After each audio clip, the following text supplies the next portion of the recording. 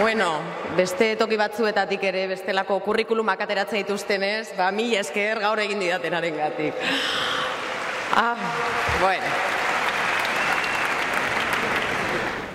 Batzuek esango dute, errepikakorra naizela, baina aurreko pasaden larun batean anaitasunan Iruñan egin genuen ekitaldian, dirudienez, enaiz oso ongi oroitzen, baina honela hasi nuen.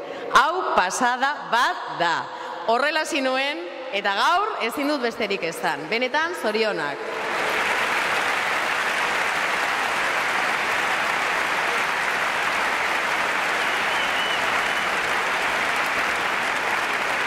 Eta errepikatu egingo dut gainera. Bertan ere, momentu hortan sentitzen nuena gaur bazakiz bider zenbat biderkatu den.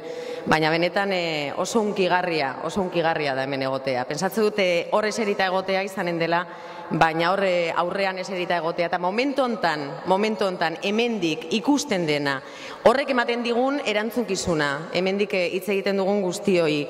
Benetan ya quisieran otros, y también lo dije en la Naitasuna, pero es que no me puedo callar, ya quisieran otros estar delante de un pueblo como estamos hoy aquí,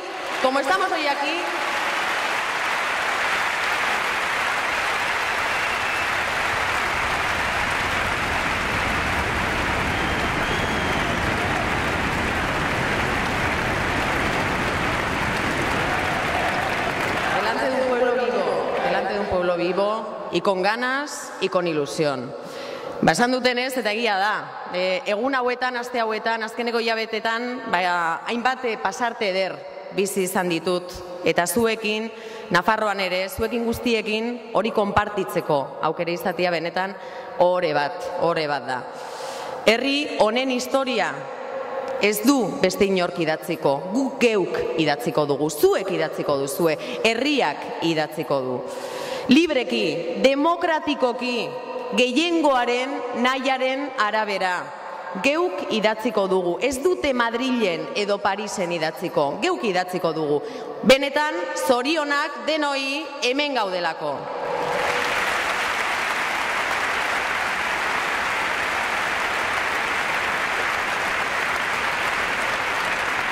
Si tuviera que elegir entre todas las palabras que hemos utilizado todos y todas, que he escuchado estos días, utilizaría sobre todo una, que es la palabra ilusión. Y no es para menos, porque en este pueblo miles y miles de ciudadanos y ciudadanas en Auzolán hemos sido capaces, mediante una respuesta ejemplar y sin precedentes, al hacer frente al tremendo atropello democrático que han querido imponernos desde Madrid. Esta capacidad popular, esta energía que este pueblo es capaz de agrupar en momentos clave, ya lo hemos demostrado otras veces en nuestra historia, ha generado una bolsa de ilusión, pueblo a pueblo, que no saben bien lo que han hecho, pero es que no lo saben bien. Han sacado lo mejor de este pueblo, lo mejor de todos y todas, lo mejor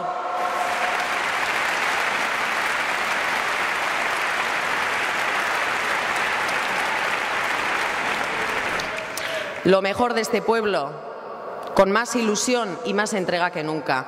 Eso es lo que han conseguido los grandes estrategas de Madrid.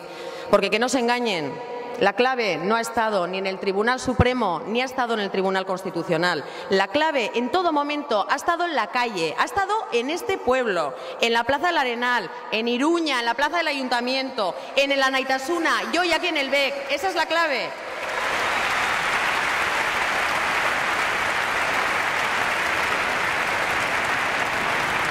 La clave está en la coherencia, en la entrega, en el compromiso que habéis demostrado en la defensa de un escenario libre y democrático. Izan ere, epaitegi konstituzionalak erabakia hartu zuenerako, lehen Oskarrek esan du, bere erabakia hartua zuen herri honek. Herri honetako eragile sozial, politiko eta sindikalek hartua zeukaten.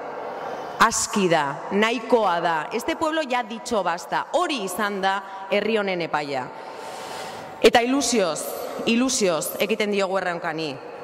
Baina ilusioaz gain beste bi giltzarri ere baditugu. Konpromisoa eta indarmetaketa. Izugarrizko konpromisoa erakutsi duzue Bildu koalizioa osatzen duzuen kide guztiok. Eta Bildu koalizioan parte izan gabe, herri mobilizazio guztietan parte hartu duen jendeak ere. Asko izan baitira herri hontan beren babesa, beren atxikimendua eman digutenak. Beraz, guztiek merezi duzue, merezi dute gure gaurko errekonozimendua.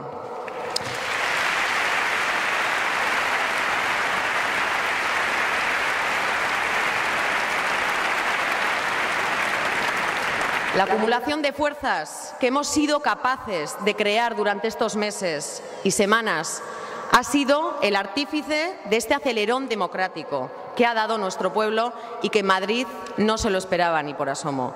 Y no tengáis ninguna duda, este acelerón democrático tendrá unas consecuencias inimaginables el 22 de mayo, pero más allá del 22 de mayo también. Desde Madrid pretendían silenciar nuestra voz y han conseguido justo el efecto contrario, que nuestra voz se oiga más alto que nunca, que seamos más y que seamos más fuertes y estemos más unidos que nunca.